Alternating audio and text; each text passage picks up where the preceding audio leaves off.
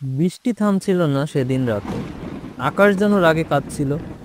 গ্রামের মাটির রাস্তা কাদা আর জলে মিশে অচেনা হয়ে গেছিল। সেই রাতে প্রথম কেউ দেখছিল লাল চুলওয়ালি মেয়েটাকে। আরে, এই বৃষ্টি তো থামার নামই নিচ্ছে না রে বাবা। রাতও তো 12টা ছুঁই ছুঁই।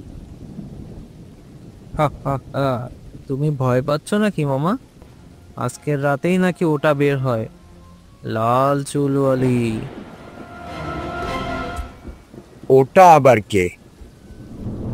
শফিক ভাই, এই রাস্তার শেষে নদীর ঘাট আছে জানেন তো?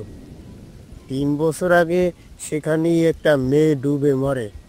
লোকজন বলতো ওর চুল নাকি লাল ছিল, আগুনের মতো লাল।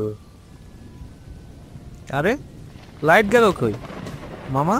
তোমার দোকানে লাইট বন্ধ হয়ে গেল কেন?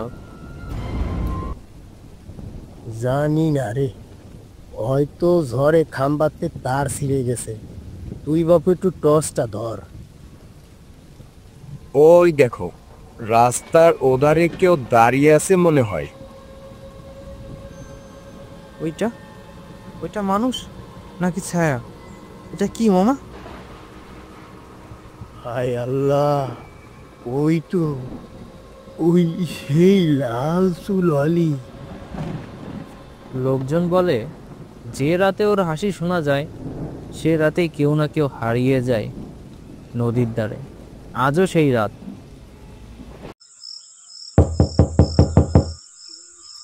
এই কে রে? এত রাতে দরজা টাকাই কে রে? চা খাবে? কে? কে ওখানে? তুমি তুমি কে?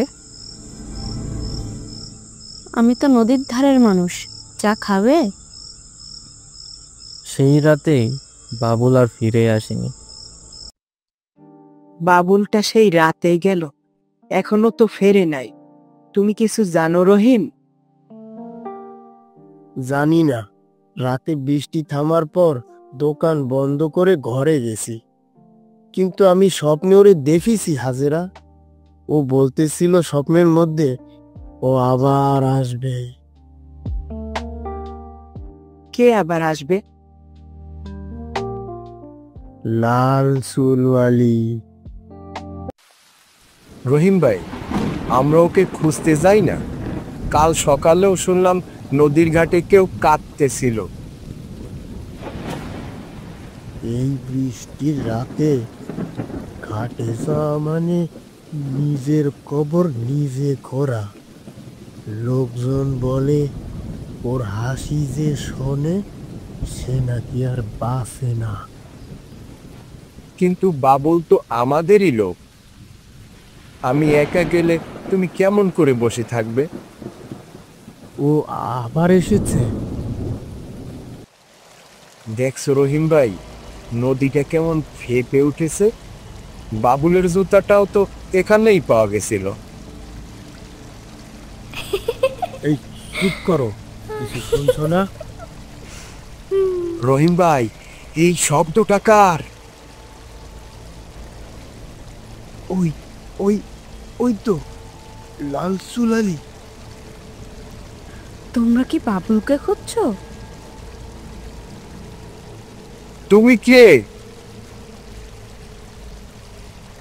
আমি তো শুধু চা খেতে এসেছিলাম, কিন্তু কেউ তো আমাকে এক কাপ চা দেয়নি। ওয়াল্লাহ, বাঁচাও শফিক ভাই, দৌড়াও। লোকজন বলছে দুজনকেই নাকি দেখা গেছে শেষবার নদীর ধারে। তারপর শুধু ভেসে উঠেছিল একটা লাল চুলের গোছা আর বাঘা কাপ।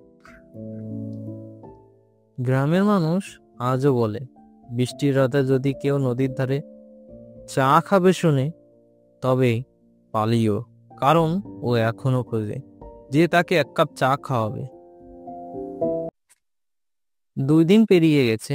রহিম আর শফিক নিখোঁজ হওয়ার পর গ্রামের মানুষ কেউ নদীর দিকে যায় না। বৃষ্টির শব্দ মানেই এখন ভয়। কে?